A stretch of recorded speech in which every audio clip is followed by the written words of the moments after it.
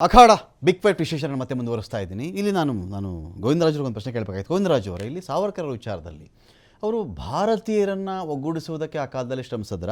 ಇದೀಗ ನಮ್ಮನ್ನು ಮಹೇಂದ್ರ ಅವರು ನಮ್ಮನ್ನು ಒಂದು ಕಡೆ ವೇಣುಗೋಪಾಲ್ ಅವರು ಜಾಯ್ನ್ ಆಗಿ ಅವರೇ ಕೇಳಿಬಿಡ್ತೀನಿ. ವೇಣುಗೋಪಾಲ್ ಅವರೇ, ಸ್ವಾತಂತ್ರ್ಯ ಪೂರ್ವ ಕಾಲದಲ್ಲಿ ಸ್ವಾತಂತ್ರ್ಯ ಹೋರಾಟದಲ್ಲಿ ಭಾರತೀಯರನ್ನು ಒಗ್ಗೂಡಿಸುವಿಕೆ ಹೇಗೆ, ಹಿಂದೂ ಮಹಾಸ್ಥಾಪನೆ ಮಾಡಿಕೊಂಡು ಹಿಂದೂಗಳನ್ನು ಒಗ್ಗೂಡಿಸುವುದರ ಅವಶ್ಯಕತೆ ಅವತ್ತಿಗೆ ಏನಿತ್ತು? ಅದು ಅವತ್ತಿನ ಮುಸ್ಲಿಮರ ವಿರುದ್ಧವಾಗಿನ, ಅಲ್ಪಸಂಖ್ಯಾತರ ವಿರುದ್ಧವಾಗಿನ, ಅಥವಾ ಬ್ರಿಟಿಷರ ವಿರುದ್ಧವಾಗಿ ಆಗಿದ್ದರೆ ಬರೀ ಹಿಂದೂಗಳ ಕಡೆಗೆ ಇವ್ರು ಫೋಕಸ್ ಮಾಡಿದ್ದು ಯಾಕೆ ಒಂದು ಪ್ರಶ್ನೆ ಇಲ್ವಾ ಇತಿಹಾಸದಲ್ಲಿ? ಸರ್ ಇದೆ, ಆದರೆ ಇತಿಹಾಸನ ಗಮನಿಸಿದಾಗ ಯಾಕೆ ಹಿಂದುತ್ವ ಅಥವಾ ಸಾವರ್ಕರ್ ಅವರು ಹಿಂದುತ್ವದ ಬಗ್ಗೆ ಯಾಕೆ ಆ ನಿಲುವನ್ನು ತಗೊಂಡ್ರು ಅನ್ನೋದಾದ್ರೆ, ಖಿಲಾಫತ್ ಚಳುವಳಿಯ ತಗೊಂಡಾಗ ಮೋಪ್ಲಾ ದಂಗೆ ಏನಾಗುತ್ತೆ ಸರ್, ಮೋಪ್ಲಾ ದಂಗೆಯಲ್ಲಿ ಸಾವಿರಾರು ಹಿಂದೂಗಳ ಹತ್ಯೆ ಆಗುತ್ತೆ. ಅದೊಂದು ಆ ಕಾರಣದಿಂದ, ಅದೊಂದು ಕಾರಣ, ಅದೇ ಕಾರಣ ಅಂತಲ್ಲ, ಅದೊಂದು ಕಾರಣದಿಂದ ಹಿಂದೂಗಳನ್ನ ಒಗ್ಗೂಡಿಸ್ಬೇಕು, ಇಲ್ಲಾಂದ್ರೆ ನಾಳೆ ದಿನ ಮತ್ತೆ ಭಾರತ ಮತ್ತು ಪಾಕಿಸ್ತಾನದ ಸಾವರ್ಕರ್ ಅವರು ಆಂಟಿ ಮುಸ್ಲಿಂ ಆಗಿದ್ರಾ? ಸಾವರ್ಕರ್ ಅವರು ಆಂಟಿ ಮುಸ್ಲಿಂ ಆಗಿದ್ರಾ? ಆಂಟಿ ಮುಸ್ಲಿಂ ಆಗಿರ್ಲಿಲ್ಲ, ಅವ್ರು ಹಿಂದೂಗಳನ್ನ ಒಗ್ಗೂಡಿಸ್ಬೇಕು ಅನ್ನೋದೊಂದಿತ್ತು ಅಷ್ಟೇ. ಆಂಟಿ ಮುಸ್ಲಿಂ ಅಂತ ಹೇಳ್ತಿಲ್ಲ. ಅನೇಕ ಕಾರಣಗಳಿದೆ ಸರ್. ಈಗ ನೀವು ಅದನ್ನ ಹೇಳ್ದಲ್ಲ, ಖಿಲಾಫತ್ ಚಳವಳಿ ಆಯ್ತು, ಅಲ್ಲಿ ಮೋಪ್ಲಾ ದಂಗೆ ಆಯ್ತು, ಭಾರತ ಪಾಕಿಸ್ತಾನ ಯಾವಾಗ ಡಿವೈಡ್ ಆಯ್ತು ಅವಾಗಾದ ಹಿಂಸೆಗಳು, ಇವೆಲ್ಲವೂ ಪ್ರೇರೇಪಣೆ ಮಾಡಿ ಹಿಂದೂಗಳು ಒಗ್ಗಟ್ಟಾಗಿರ್ಬೇಕು, ಇಲ್ಲಾಂದ್ರೆ ಸಾಕಷ್ಟು ಮುಂಚೆನೆ ಹಿಂದೂ ಮಹಾಸಭಾ ಆಗಿದ್ದಲ್ವಾ ವೇಣುಗೋಪಾಲ್ ಅವರೇ?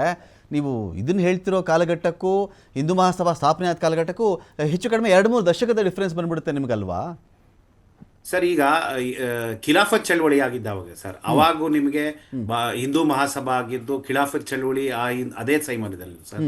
ಅವಾಗ ಅಲ್ಲಾದಂಥ ದಂಗೆಗಳು ಮತ್ತೆ ಅನಂತರ ಸರ್ ಅವ್ರಿಗೆ ಕಾಲಾಪಾನ ಏನು ಶಿಕ್ಷೆ ಆಯಿತು, ಅವಾಗ ಅವರು ವೈಯಕ್ತಿಕವಾಗಿ ಅವ್ರಿಗೆ ಅಲ್ಲಿನ ಜೈಲರ್ಗಳು ಅವ್ರಿಗೆ ಕೊಟ್ಟಂತ ಒಂದು ಇದಿರ್ಬೋದು. ಅಲ್ಲಿ ಒಬ್ಬ ಬ್ಯಾರಿ ಇದ್ದ ಸರ್, ಯಾರು ಆ ಜೈಲರು, ಅವನು ಯಾವ ತರ ಇವ್ರನ್ನ ಟ್ರೀಟ್ ಮಾಡ್ದ ಅಂದ್ರೆ, ಹಿಂದೂಗಳು ಯಾವ ತರ, ಹಿಂದೂಗಳು ಹೇಗಿರ್ಬೇಕು, ನೀವುಗಳು ಹಿಂಗೆ ಅಂದ್ರೆ ಅವ್ರನ್ನ ಬಹಳ ಕಠೋರವಾಗಿ ಅವ್ರನ್ನ ನಿಂದನೆ ಮಾಡಿ ಅವ್ರನ್ನ ಅತಿ ಅಮಾನವಾಗಿಯೇ ಕಂಡಿದ್ದು.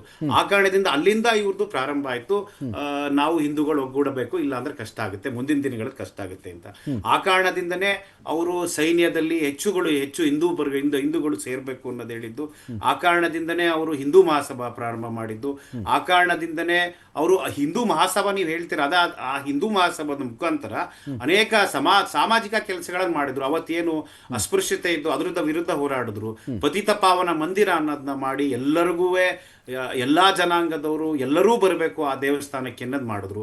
ಗಣೇಶೋತ್ಸವದ ಸಮಯದಲ್ಲಿ ಕೇವಲ ಸವರ್ಣೀಯರು ಎಳಿತಿದ್ದಂಥ ರಥವನ್ನ ಇವರು ಎಲ್ಲರೂ ಎಳಿಬೇಕು ಅನ್ನೋದು ಮಾಡಿದ್ರು. ನಂತರ ಸಹಭೋಜನ ಅದನ್ನು ಪ್ರಾರಂಭ ಮಾಡಿದ್ರು. ಇದು ಸಾವರ್ಕರ್ ವಿಚಾರದಲ್ಲಿ ವೇಣುಗೋಪಾಲ್ ಅವರೇ, ನೀವು ಸಿಕ್ಕಿದ್ರೆ ಕೇಳಿಬಿಡ್ತೀನಿ.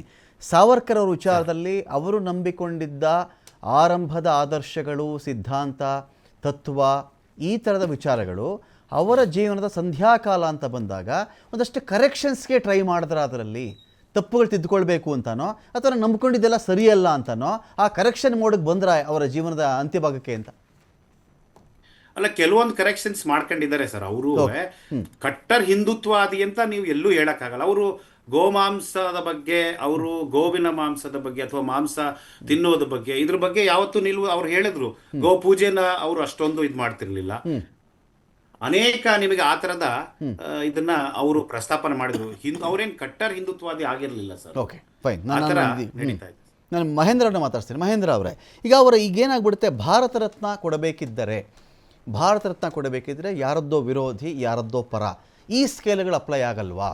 ಆಯ್ತಪ್ಪ, ಸ್ವತಂತ್ರ ಪೂರ್ವದಲ್ಲಿ ಹೋರಾಟ ಮಾಡೋದು ಎಲ್ರಿಗೂ ಕೊಡೋಣ ಅಂತ ಬಂದಾಗ ಸಾವರ್ಕರ್ನವ್ರನ್ನ ಕ್ಯೂನಲ್ಲಿ ನಿಲ್ಲಿಸ್ಬೇಕಾಗತ್ತಾ ಈ ದೇಶದಲ್ಲಿ ಅಂತ?